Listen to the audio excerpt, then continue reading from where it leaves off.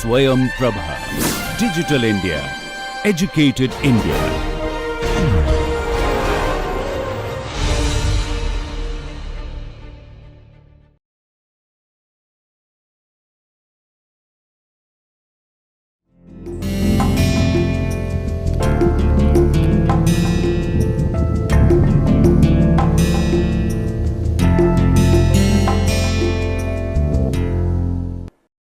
Hello, welcome to our next session on B2B marketing with technology focus. I am Jayanta Chatterjee from IIT Kanpur.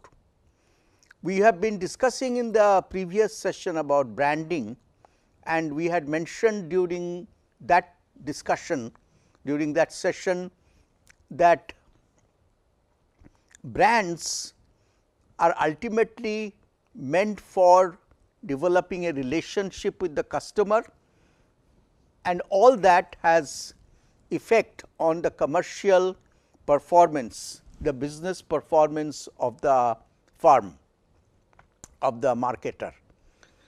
And the reason we said is that the strong brands play significant role in creating pricing strength. It is a key component of the pricing strategic flexibility. So, we will in this session and maybe couple of more will dig deeper into various aspects of pricing in the B2B context. One thing we have to remember that the price is very much counterposed with benefits.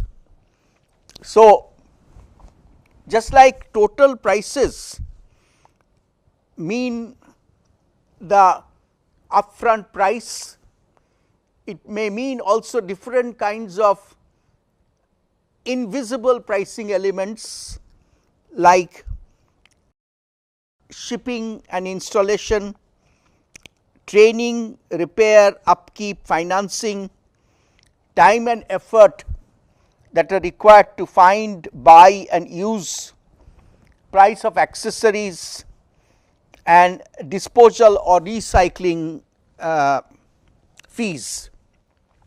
And these various kinds of price elements are counterposed by various kinds of benefits. And those benefits are features, obviously product features, and certain intangibles like quality as perceived by the customer, or service, or availability, or satisfaction. So, these benefits and total prices are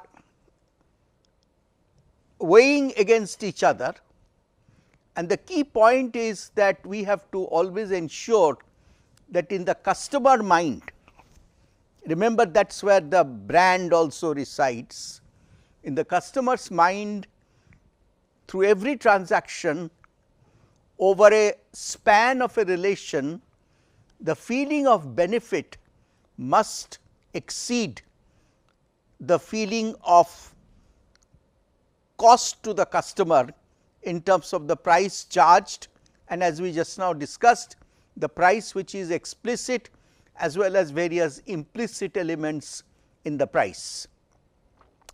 So,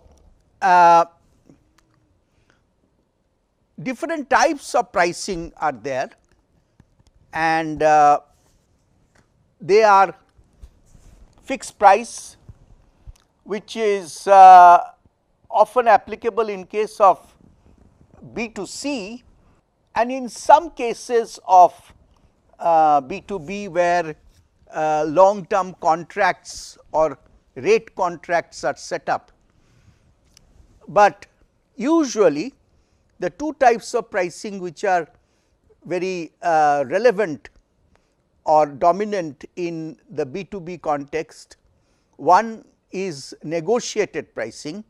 That means there is a price that is quoted by the supplier to start with, and then there are discussions between the buyers and sellers of various pros and cons, on various plus and minus, some features, some facilities, and then a price is negotiated. That means, what is quoted in the beginning is not the price at which the order gets finalized. The other interesting type of pricing, which is really a feature of B2B or professional market, and that is the auction pricing. The auction pricing are kind of two types. One is where this is the most often, this is the tendering process or the quotation process, where the buyer invite bids and the order is decided in favor of the lowest bidder. But there is also another kind of auction where the seller indicates the reserve price or a starting price, and then the buyers quote, they bid different prices, and the sale happens to the highest bidder. So, auction pricing is again a nature of, for example, in case of disposal sale of scraps, which is a regular feature of, say, metal companies or in the B2B context. So, they will be selling a lot of metal scraps to the remelters or to the other kinds of businesses, and they will indicate a reserve price, and then different bidders will bid for, will quote prices, and the sale will happen to the highest bidder. On the other hand, when a company is buying machines, then they will invite bids, and different companies will quote different prices, and the order will go to the lowest bidder. So, both are aspects of auction pricing, and it can also be blended with negotiated pricing. Now, when we talk about pricing, the most normal, or I would the simpler way of thinking about pricing is cost plus pricing. That means, you start with the product and its cost, and then set a price that covers the cost and the desired margin sought by the seller, and then you communicate that cost plus the intended margin to the customer. On the other hand, there is a value based pricing, which is what is a little bit more complex, but is what will be attempted in every B2B transaction, because cost plus pricing, as we will just now see, has some advantages by way of simplicity or by way of a sense of fairness, but on the other hand it has a lot of drawbacks. Value based pricing, on the other hand, will research the different, that up to what level price which is explicit can be blended with various implicit price elements, and can finally become a price which actually gives a sense of value in the customer acquisition process. So, as we discussed right in the beginning, that the customer must always feel that the value received by the customer by way of tangible and intangible benefits exceed the value transacted by the customer as price. So, the influence on pricing decisions is what will lead us to this value based pricing versus cost based pricing. So, pricing has to meet certain internal objectives, that is, the pricing strategy must be consistent with the organization's overall mission, direction, goals and marketing plan objectives. Remember that price is just one element in the marketing mix, and so it is a constituent process of the marketing plan execution. So, pricing must meet all those internal objectives, and due to market realities, the organizations may have to trade off those internal objectives with the market situation for profitability balanced with market share and growth. So, when we look at the objectives, there can be internally, there can be objectives, financial objectives, which are, it's very easy to understand that we need to get 40% overall gross margin in the next period. That is the kind of financial objective that will guide pricing. But correspondingly, it has to be balanced with marketing objectives like higher market share, for which there may be a certain kind of pricing strategy needed.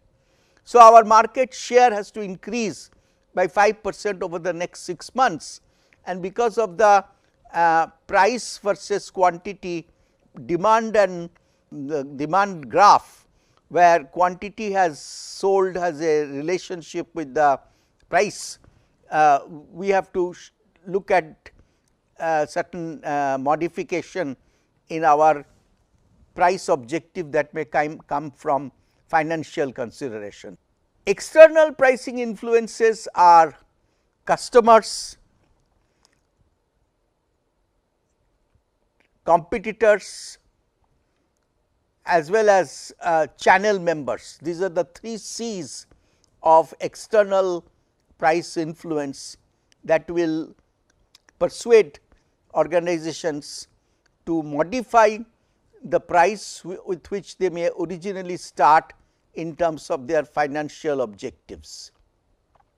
And then there are of course other legal, regulatory and ethical considerations that may also affect pricing. Let us look at the details of each one of these. So, customers, ultimate arbiter of the pricing, because it is customers' perception of value that will affect the transaction, and that will affect the final results of the marketer. So, perception of value, behavior and attitude all affect customers' reaction to pricing. So, the value that is perceived by the customer, the behavior of the seller, not exactly the person to person behavior, but the whole organization to organization behavior, of which to person behavior is a element, and the perception of attitude of the seller in the customer's mind. These are all elements of customers' view of the price. Now, you can easily understand that in case of B2B, as we have discussed earlier, decisions are taken by decision making units as opposed to individuals, and decisions are taken after lot of analysis, lot of data interpretation, lot of data gathering.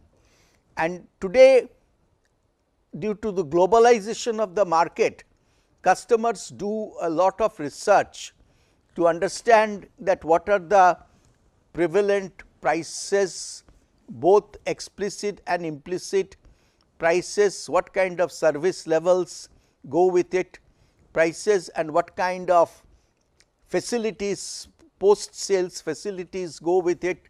All those can be researched by customers today because of internet and other facilities available to them, and they can get global perspective on this. And customers therefore often will do enough research to look at what is the lowest possible and the best possible implicit advantages that they can get before they even get into the marketplace with their tender, with their inquiry. So,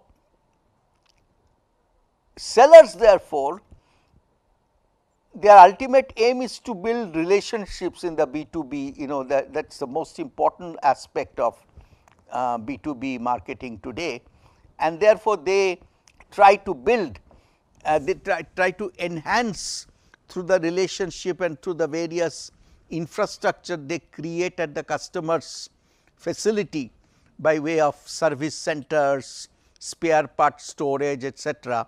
So, they try to increase the switching costs. So, even if sometimes the price may be of a competitor may be neck to neck, the winner will be the one who already has developed a certain kind of support infrastructure at the customer location. That can be by way of the system integrators available, that can be by way of support staff available at beck and call, that can be in terms of spare parts depot created by the marketer. Now, competitors, how they affect price? Because a bidder, a seller, a marketer will always be analyzing pricing strategies of competing products, and a company can get a better sense of alternatives available to customers to fine tune their offering. And they have to also get into a lot of market intelligence by way of studying the competitors at trade shows, at various kinds of technological expositions, seminars. They have to understand the competitors' package objectives, which is price as well as various kinds of implicit benefits offered. So, pricing in today's world is often highly visible, particularly in B2B, since the lot of purchases happen through the bidding process, through the tendering process. So, each tender yields a lot of data with respect to what was the final deciding bid and what kind of prices were secured, what kind of terms and conditions were secured. This we have discussed earlier also, that in B2B the price, which is the ex factory price or the price of the product delivered at the customer site, is one thing, but there are other elements like terms of payment or the warranty. These are all implicit elements or sort of apparently invisible elements of the price, but terms of payment also plays a very significant part in the evaluation of the price by the customer.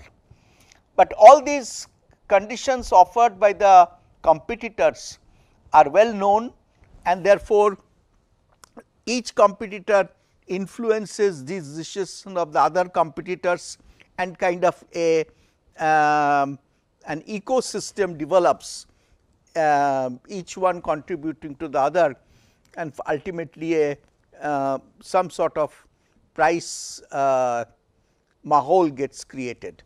Now, the other people who influence pricing are the channel partners, because remember that the channel partners like the distributors or retailers, they are also looking for their own commissions.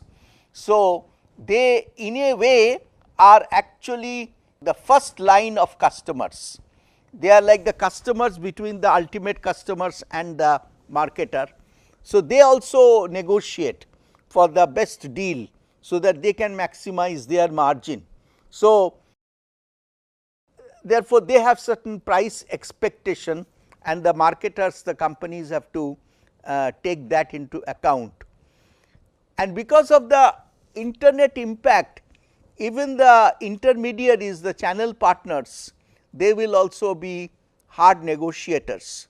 They may do a very soft style negotiation, but they actually will negotiate for the best possible price they can get, because ultimately the price in the marketplace minus the price from the marketer to the intermediary is what the intermediary will try to maximize for their margin.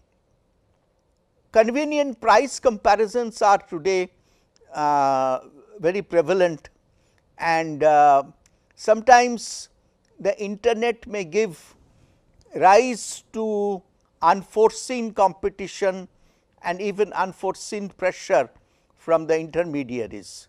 So, all that are facts of today's B2B business. And lastly, we will look at some of the legal and regulatory concerns. So, certain pollution control rules, certain rules related to disposal of electronic waste or industrial waste, all that may add to the cost and will therefore affect the pricing. Also, in B2B, since the number of competitors are limited, and for a particular type of item there may be only 2 or 3 players,